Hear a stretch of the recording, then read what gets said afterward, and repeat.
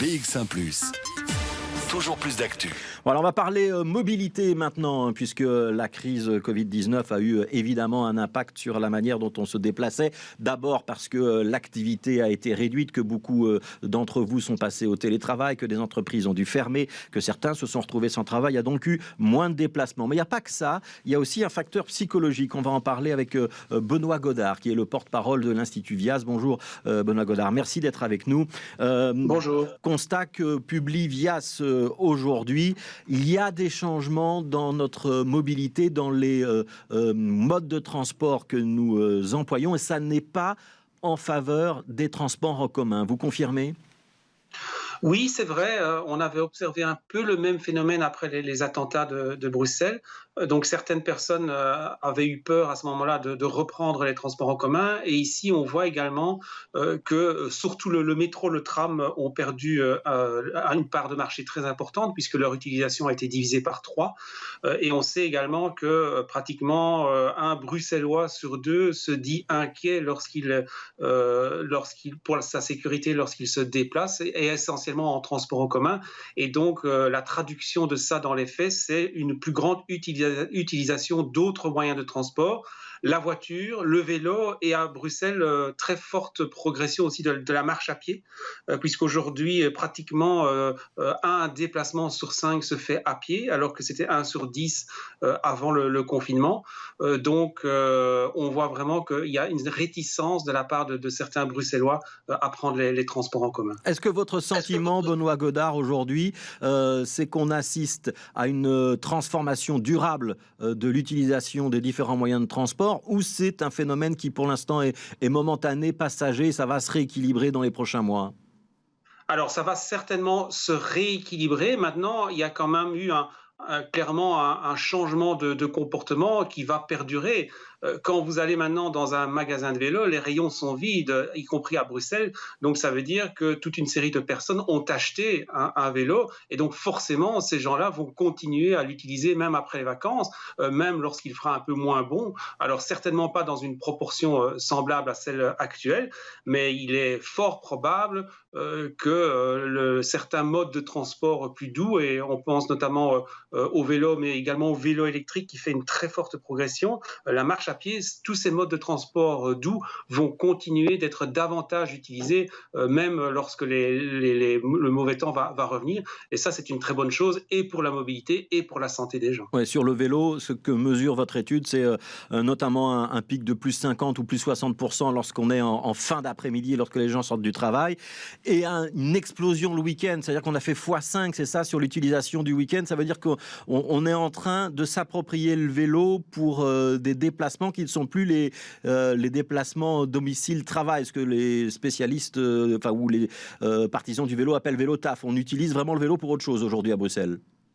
Oui, tout à fait. Donc, on pense, quand on parle vélo, on pense souvent à ceux qui vont travailler à vélo. Mais là, à Bruxelles, on a constaté que même le week-end, même pour de courts déplacements de type aller à la boulangerie, par exemple, les gens prennent davantage le vélo aujourd'hui. Et certains ont découvert que finalement, c'était très pratique, pas de problème de stationnement évidemment. Et ça, c'était bon pour la santé. Et en effet, certains continuent de l'utiliser, même pendant le week-end, même à des fins plus ludiques.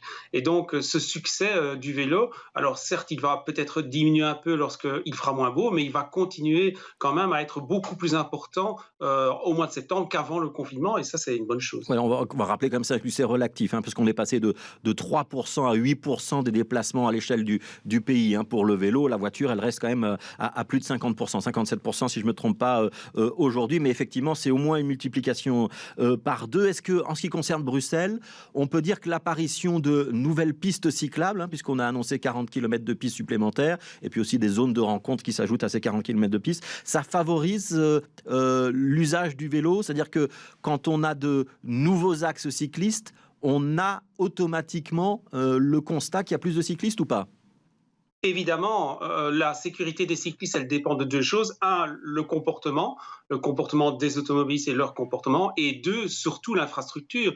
C'est évident qu'il est beaucoup plus agréable de circuler sur une piste, toute neuve, qui vous sépare du trafic automobile que de circuler en plein boulevard, par exemple. Et donc c'est évident aussi que la création de nouvelles pistes cyclables va amener, davantage de personnes à se déplacer à vélo dans les semaines, dans les mois qui viennent. Ouais, alors pour qu'on comprenne bien la portée de tous ces chiffres, Benoît Godard, ça sort d'où? Comment est-ce que vous avez collecté ces données? Qu'est-ce qui vous permet d'avancer ces statistiques?